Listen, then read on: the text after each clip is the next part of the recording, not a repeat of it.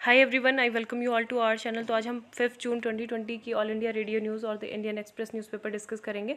5 जून को world environment day celebrate किया जाता है और 2020 की अगर इस बार आपकी थीम पूछी जाती है तो क्या थीम है? बायोडाइवर्सिटी। ठीक है, बायोडाइवर्सिटी, जैव विविधता इसकी थीम है और बहुत सारे रीज़न से ये रखा हुआ है क्योंकि अभी आपको पता है कि मेन जो इस बार जो फोकस किया गया है वो अर्बन फॉरेस्ट पे किया गया है, अर्बन फॉरेस्ट पे। ठीक है, तो वो क्यों किया गया है? क्योंकि जैसे ब्राज़ील में जो बुश फायर हुआ था या फिर ऑस्ट्रेलिया में हुआ था, है ना, जंगलों में आग लगी थी।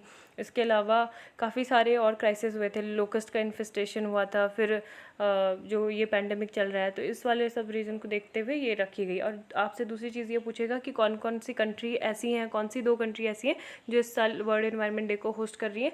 तो Colombia in collaboration with Germany. ठीक है, Colombia in collaboration with Germany, तो ये 2 है। कब से मनाया जाता है? 1974 से मनाया जाता है, 1974 से। जो उनका है यूनाइटेड नेशन जनरल असेंबली, तो उन्होंने डिक्लेयर किया था world environment day in the opening of Stockholm conference on environment. Okay, तो ये सेलिब्रेट इसलिए किया जाता है क्योंकि जो भी मतलब इन्वायरमेंटल जो एक्टिविटीज़ है, जितने भी जो इश्यूज़ हैं वो जो डे बाय डे बढ़ते ही जा रहे हैं, तो उनको उनको टैकल करने के लिए और लोगों के बीच में इन्वायरमेंटल अवेयरनेस बढ़े, तो इस वजह से इसको क्या किया जाता है, सेलिब्रेट किया जाता है। ठीक है, अभी जो इंडिया में है, मैंने बता दिया है कि इंडिया की जो इस साल की जो थीम होगी, मेन फोकस, वो नगर वन पे होगी। ठीक है, अर्बन फॉरेस्ट पे होगी। एंड जो हमारे union environment minister Prakash Javadekar हैं, तो वो क्या कर रहे हैं, कुछ एड्रेस भी उन्होंने किया था अभी 9 बजे, है ना। तो प्राइम मिनिस्टर, पहली जो हेडलाइन है वो देख लेते हैं। Pledges $15 million to global vaccine alliances. Health ministry issues SOP standard of procedures, religious places, hotels, restaurant, shopping malls, hospitality service and work places. Government to transfer ₹500 to women account holders of Pradhan Mantri Jan Dhan Yojana June today. And central team to visit cyclone Amphan affected areas of West Bengal today to assess damages. तो Amphan के बाद आपको पता है निसर्गा आया था जो आपके वेस्टर्न कोस्ट पे आया था, एम्फान जो था ईस्टर्न कोस्ट पे था। इसके अलावा एक गल्फ ऑफ मैक्सिको, जो गल्फ ऑफ मैक्सिको मैंने आपको बताया था कि उस वाले रीजन में साइक्लोन को किस नाम से जाना जाता है, क्या आप बता सकते हैं? तो वहाँ पे बोला जाता है साइक्लोन को हरिकेन। ठीक है, तो वहाँ पे एक हरिकेन आया जिसका नाम है क्रिस्टोबॉल। ठीक है, क्रिस्टोबॉल उसका नाम है। तो एक गल्फ ऑफ मैक्सिको में लैंडफॉल के बाद ये मतलब जो सदर्न मैक्सिको है और बाकी जो USA का पार्ट है, तो वहाँ पे ये आ सकता है। ठीक है, तो ये भी याद रखना। Air India opens booking for 75 add flights to US Canada under 3rd phase of the Vande Bharat mission. ठीक है, इसके अलावा हम काफ़ी सारे जो इंपॉर्टेंट आर्टिकल हैं, जैसे इंडिया ऑस्ट्रेलिया में अभी कल ही मैंने रिलेशंस बताए थे, लेकिन क्या क्या बातचीत हुई वो आज हम देखेंगे, क्या क्या कंक्लूजन निकल के आया उस मीटिंग का, वर्चुअल समिट का। फिर एक एन एजेंडा फॉर G12 है। ठीक है, तो G7 में जो डोनाल्ड ट्रम्प ने अभी डिक्लेयर किया था कि इसको एक्सटेंड करके उन्होंने बोला था G10 या G11 होगा, लेकिन यहाँ पे तो G12 की बात हो रही है ना, तो 12 में वो कौन सी कंट्री है वो भी हम जानेंगे यहाँ पे। फिर क्राई फॉर द वाइल्ड एक आर्टिकल था, जो प्रेग्नेंट एलिफेंट थी तो उसकी हत्या कर दी गई थी, उससे रिलेटेड। फिर लॉ ऑन लोकस्ट है ना, तो इस प्रकार के हम कुछ जो आर्टिकल है वो डिस्कस कर लेते हैं। Let's see. सबसे पहली बात तो ये कि India Australia upgrade strategic talks to minister level as with US Japan. ठीक है, तो ये है हमारी काफ़ी सारी मतलब जो 2+2 डायलॉग होता है ना, जैसे हम उसके ऑस्ट्रेलिया के साथ करते हैं और जापान के साथ करते हैं, तो यहाँ पे भी हमने जापान और US के साथ करते थे अभी तक। ठीक है, जापान एंड US के साथ, तो अभी हम ऑस्ट्रेलिया के साथ भी 2+2 डायलॉग, जिसमें कि मतलब जो डिफेंस सेक्रेटरीज भी हैं दोनों देशों के, वो भी पार्टिसिपेट करते, तो इसको अपग्रेड करने की बात की गई है कि हर साल क्या होगा कि strategic issue at least every 2 years, ठीक है, ये डिस्कस होंगे डिफेंस मिनिस्टर के भी 2+2 डायलॉग में, तो ये चीज़ हुई है। इसके अलावा this 2 sides sign the mutual much anticipated MLSA। ठीक है, what is it? Mutual logistical support agreement. तो ये बहुत ज़्यादा इंपॉर्टेंट है। जिस तरह से हमने US के साथ लिमोवा साइन किया था, उसी तरह से हम ऑस्ट्रेलिया के साथ ये साइन कर रहे हैं। ठीक है, तो इससे मतलब क्या होगा, मेनली जो हमारा जो मिलिट्री बेस है, ठीक है, वहाँ का जो US का मिलिट्री बेस है ऑस्ट्रेलिया का, तो वो उसको एक्सेस करना, मतलब उसको एक्सेस हम कर सकते हैं। तो इसका यही मतलब एक फ़ायदा होता है कि जो भी जिस कंट्री के जो एक दूसरे की मिलिट्री बेसिस होते हैं, उसका मतलब हम यूज़ कर सकते हैं। मैंने कल भी बताया था कि जो इंडो पैसिफिक रीजन है, तो वो काफ़ी ज़्यादा इंपॉर्टेंट है ना, ईस्टर्न इंडियन ओशियन को, क्योंकि heart of the Indo Pacific बोला जाता है। तो यहाँ पे भी काफ़ी स्ट्रैटेजिकली रूप से मतलब कॉपरेशन हुआ है। और साथ में इंडिया के जैसे जो कौन कौन से देश ऐसे हैं जो हमारा जो मिलिट्री बेस है वो यूज़ कर सकते हैं, तो USA, France, Singapore and south Korea, ठीक है। ये ध्यान रखना कि जापान इसमें नहीं है, केवल यूएस है, फ्रांस है, सिंगापुर एंड साउथ कोरिया है, ठीक है। Please remember this. And ahead of the talks जो हमने प्राइम मिनिस्टर ने बोला कि इंडिया ऑस्ट्रेलिया के जो टाइज़ हैं वो किस पे है, shared values, shared interest, shared geography and shared objectives, ठीक है। तो शेयर्ड जो टर्मिनोलॉजी है ये आप ध्यान में रखना। We are committed to an open, inclusive and prosperous Indo Pacific and India's role in that region, और region will be critical in the years ahead, ठीक है। तो ये कुछ बातचीत थी, वो देख लेते हैं हम कि किस किस चीज़ों पे बात हुई है ना। तो सबसे पहले जो यही मैंने बताया कि क्या MLSA, ठीक है, म्यूचुअल लॉजिस्टिक और म्यूचुअल लॉजिस्टिक स्ट्रैटेजिक अरेंजमेंट, ठीक है, sorry, mutual logistic support arrangement, ठीक है, mutual logistic support arrangement, mutual logistic support arrangement, इस पे बातचीत हुई। दूसरा जो था साइबर सिक्योरिटी से रिलेटेड थी, ठीक है, साइबर सिक्योरिटी से रिलेटेड बातें हुई। और तीसरी जो मतलब जो डॉक्यूमेंटेशन था वो किससे था, माइनिंग या मतलब स्ट्रैटेजिक मिनरल्स को लेके था, क्योंकि आपको पता है कि ऑस्ट्रेलिया काफ़ी ज़्यादा एडवांस्ड है मिनरल्स में, है ना, बहुत रिच कंट्री है वो। तो हमारी जो एनर्जी सिक्योरिटी की जो नीड्स हैं वो हम ऑस्ट्रेलिया से पूरा कर सकते हैं, तो हमारे लिए काफ़ी बेनिफिशियल है। चौथी जो बात हुई वो किस पे हुई थी, डिफेंस सेक्टर पे और साइंस एंड टेक्नोलॉजी पे। कल ये भी हमने डिस्कस किया था, है ना। तो इस बार भी मतलब काफ़ी ज़्यादा हम इसको कोऑपरेशन करेंगे defence sector and science and technology में, तो ये MOU हुआ है। तीसरी जो मतलब पांचवी जो बात हुई है MOU, वो किस पे हुआ है, जो पब्लिक एडमिनिस्ट्रेशन एंड गवर्नेंस है तो उसमें रिफॉर्म की बात की गई है, ठीक है। छठवां जो MOU हुआ था वो किस पे हुआ था, वोकेशनल एजुकेशन एंड ट्रेनिंग, ठीक है, वोकेशनल एजुकेशन एंड ट्रेनिंग पे बातचीत हुई। और इसके अलावा जो वाटर रिसोर्स मैनेजमेंट है, सातवां जो MOU था वो उससे रिलेटेड था, ठीक है। और यहाँ पे आप यही सारे देख सकते हो कि चाइना के बारे में कोई बात नहीं हुई, LAC पे जो चल रहा है वो सब भी बात नहीं हुई। और बाकी के जो high quality mineral resources to India, both sides jointly decided to diversify and expand the existing resources partnership, ठीक है। एक मैंने यहाँ पे द हिंदू में एक आर्टिकल था, वो भी मैं आपको दिखाना चाहती हूँ। वहाँ पे बहुत कॉम्प्रिहेंसिव वे में क्योंकि दिया गया था वो, और ये रहा, India Australia meet strengthen ties comprehensive strategic partnership, ठीक है। तो ये CSP जब जहाँ पे आ जाता है तो ये काफ़ी ज़्यादा इंपॉर्टेंस ये लगता है, क्योंकि इसका एक मतलब जो भी ये क्या होगा, CSP would raise the level of trust required to improve the trade and investment flows, है ना। तो ये सारी चीज़ें। और बाकी हमें ये भी बोला हुआ है कि जो भी कंट्रीज़ हैं ऑस्ट्रेलिया और इंडिया, तो वो पीसफुली जितने भी डिस्प्यूट्स होंगे, है ना, यूनिलेटरली रिजॉल्व करने की जगह पे वो पीसफुली बायलेटरली उसको क्या करेंगे, रिजॉल्व करेंगे, ठीक है। तो ये सब चीज़ें यहाँ पे बोली गई हैं। मालाबार जो एक्सरसाइज होती है उसमें कुछ भी बातचीत नहीं हुई है, बस। तो यही इतना ही इम्पोर्टेंट इसमें था। नेक्स्ट जो है देख लेते हैं न्यूज़।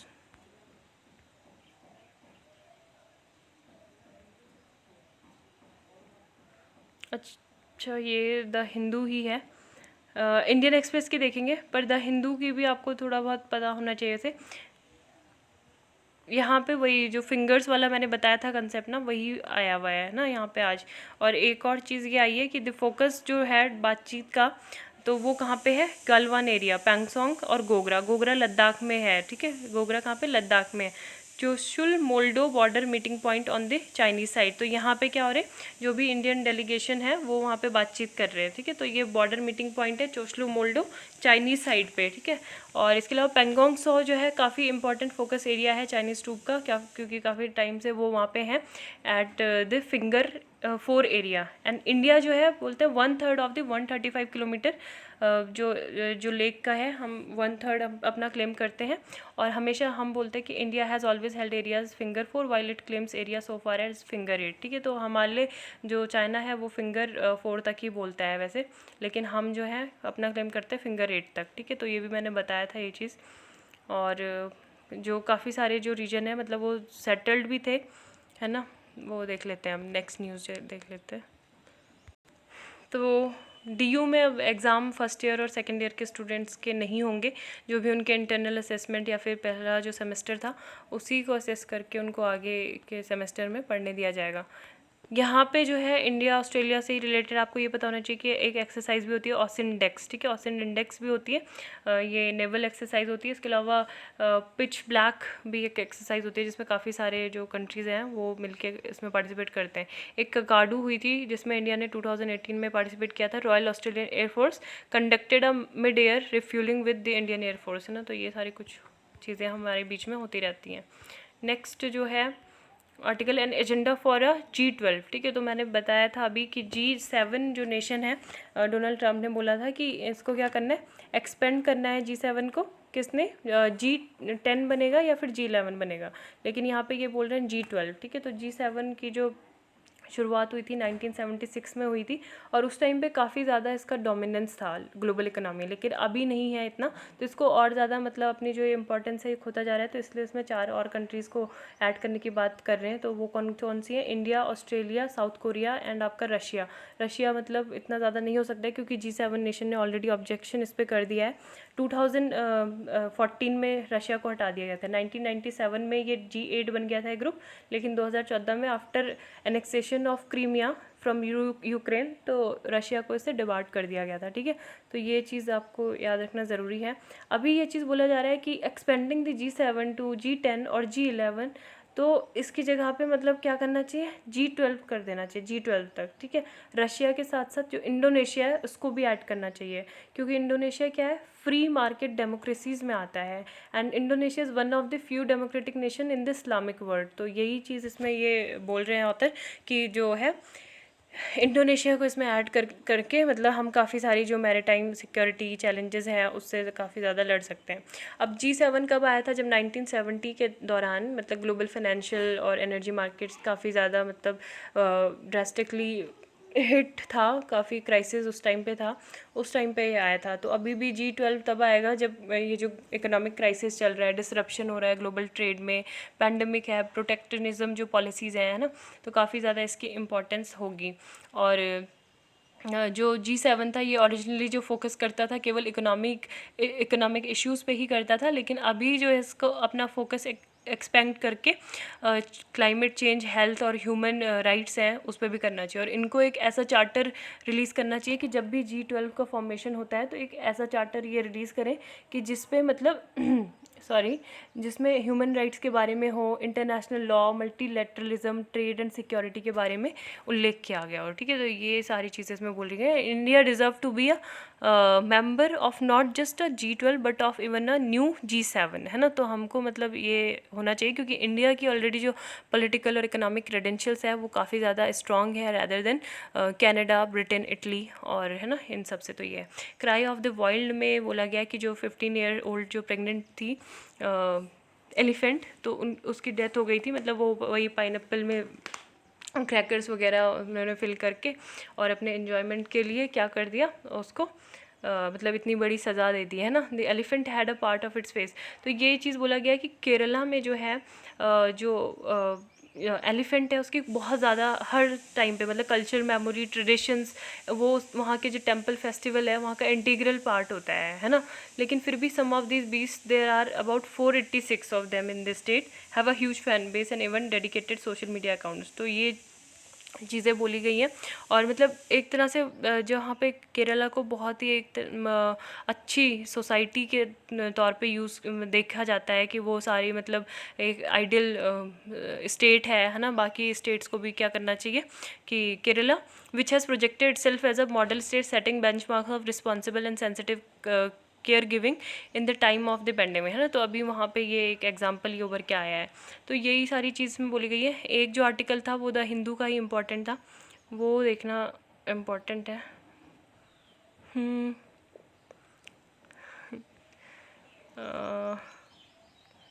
ठीक है,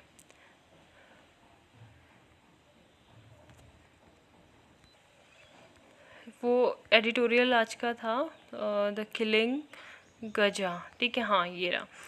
तो यहाँ पे ये चीज़ बोली गई है कि ऐसा मतलब अभी नहीं है, इस साल ये हुआ है।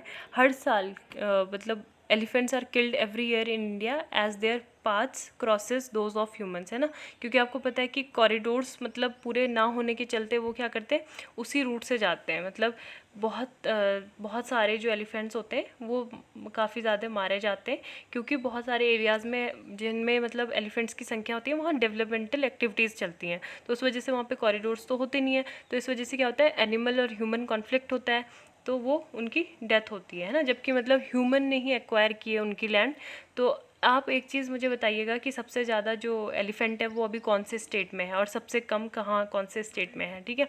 अब scores of elephants are killed everywhere, river Palakkad has life ebbed out of it will remain imprinted because such traps litter trouble landscape. तो ये है मतलब बहुत सारे जो हैं, जैसे अपने चारों अपनी क्रॉप वगैरह बचाने के लिए फार्मर जनरली क्या करते हैं, चारों ओर वायरिंग कर देते हैं, तो वायरिंग करते हैं तो उससे इलेक्ट्रिसिटी शॉक से वो कभी खुद भी मर जाते हैं और कभी एलिफेंट और मंकीज़ वगैरह इन सब की भी डेथ होती है ना, बर्ड्स कितनी सारी मरती हैं इसमें। तो ये सब तो सारी चीज़ें निगलेक्ट ही होती आ रही हैं। और अभी भी ये कि जो भी मतलब सोसाइटी है, मतलब ये चीज़ इतना ज़्यादा ऐसा क्यों हो रहा है, ये क्या चीज़ इनको इतनी फैसिनेटिंग क्यों लग रही है, जो इस तरह के ये तरीके अपना रहे हैं, हरकतें कर रहे लोग, तो ऐसा क्या है। तो ये भी देखना होगा कि सोसाइटी के जो माइंडसेट है उस पर क्या असर पड़ रहा है, वो क्या चीज़ ऐसा क्यों इतना ज़्यादा वायलेंट होने पे लगे हैं। और जो यहाँ पे ये चीज़ बोली गई है कि जब लॉकडाउन हुआ है, ठीक है, लॉकडाउन में भी जो सरकार है तो उन्होंने मतलब सारी चाहे एक्टिविटी बंद हो लेकिन जो एनवायरमेंटल से रिलेटेड एक्टिविटी थी उनको क्लियरेंस भी दी है ना, तो कमर्शियल एक्सप्लॉयटेशन के लिए खुला रहा था मतलब सारी चीज़ें। यहाँ पे ये बताइए, wild life and the expert appraisal committee clear disruptive project in protected areas. तो यही चीज़ इसमें बोली गई है कि कर्नाटक में 60% जो हाथी हैं वो क्या है, आउटसाइड है, मतलब जो प्रोटेक्टेड एरियाज़ हैं उनसे आउटसाइड ही हैं। और एक कमेटी भी आई थी, उस कमेटी का नाम क्या है, माधव गॉडगिल कमेटी, ठीक है। तो इनकी रिपोर्ट थी, इन्होंने बोला था कि वेस्टर्न घाट्स को क्लासिफाइड करो ecologically sensitive and spread of destructive development, है ना, तो इसको मतलब इकोलॉजिकली सेंसिटिव हैबिटाट के रूप में बोला गया था कि इसको ऐसा एरिया इसको घोषित कर देना चाहिए, लेकिन वहाँ पे तो एक्सप्लॉयटेशन जो करना था रिसोर्सेज का, है ना, तो इस वजह से नहीं किया। With such fundamental philosophical disagreement and a vision word in tets care nothing more than a resource to be exploited, minerals and cash crop, elephants and other creatures. तो ये सारी चीज़ें अभी जो हमारे बहुत सारे जो क्रिएचर्स हैं वो एक्सटिंक्ट कैटेगरी में हो रहे हैं, है ना, मेनली 6 राज्यों को कवर करता है जो वेस्टर्न घाट्स हैं, और जो 5% प्रोटेक्टेड हैबिटेट्स हैं तो वो ही हमारे पास हैं, तो उसको भी हम इतना ज़्यादा अभी सेफ नहीं कर पा रहे। तो ये काफ़ी सोचने वाली बात है। तो गवर्नमेंट और सारे जो हैं सभी को मतलब मिलकर इसके लिए काम करना होगा, यही सारी चीज़ें होती हैं इसमें। यहाँ पे जो ये था आर्टिकल लॉ ऑन लोकस्ट, तो ये इसी पे बोला गया था कि लोकस्ट को लेके मतलब ऐसा कोई लॉ बना नहीं था, लेकिन एक फैमिन इंक्वायरी कमीशन बना था 1945 में, जिसको क्या बोलते थे, वुडहेड कमीशन, ठीक है, वुडहेड कमीशन बोलते थे। और वुडहेड कमीशन से ही बाद में क्या बना अभी, establishment directorate of plant protection quarantine and storage 1946, ठीक है। तो ये आपको ये दिख रहा होगा 1939 में इसका इस्टेब्लिशमेंट हुआ था, है ना। और बाकी लोकस्ट की जो कैटेगरी मैंने बताया था आपको, जैसे बॉम्बे लोकस्ट होता है, हार्डली कंसर्न नाउ, सबसे ज़्यादा पहले था इसका, लेकिन अभी क्या होता है, माइग्रेटरी होता है एक लोकस्ट, और एक होता है ट्री लोकस्ट, और ये वाला जो है डेजर्ट लोकस्ट है, ठीक है। काफ़ी ज़्यादा इस जब स्वार्मिंग फेज़ में होता है ये बहुत हार्मफुल हो जाता है। और जो फूड एंड एग्रीकल्चर ऑर्गेनाइजेशन है has a desert locust bulletin and our directorate also has a locust bulletin. तो ये सारी चीज़ें। और 1951 में जो था, जो ईस्ट जो क्या था, east disease, east Punjab agriculture pest disease and noxious weeds act 1949, तो इसमें 1951 में सेक्शन 4(1) जो 2 है ऑफ दिस स्टैट्यूट, तो इसमें मेंशन किया गया था कि जो लोकस्ट के बारे में, ठीक है, कि मतलब जो भी डिस्ट्रिक्ट मजिस्ट्रेट होगा तो वो क्या करेगा, गांव के विलेज के कोई भी एक पर्सन को बुला के जो 14 साल से ज़्यादा की एज का होगा उसको क्या करेगा, पेस्टिसाइड्स वगैरह देगा, है ना। लेकिन पेस्ट को डिफाइन नहीं किया गया कि कौन से पेस्ट वहाँ पे होंगे इतना ज़्यादा।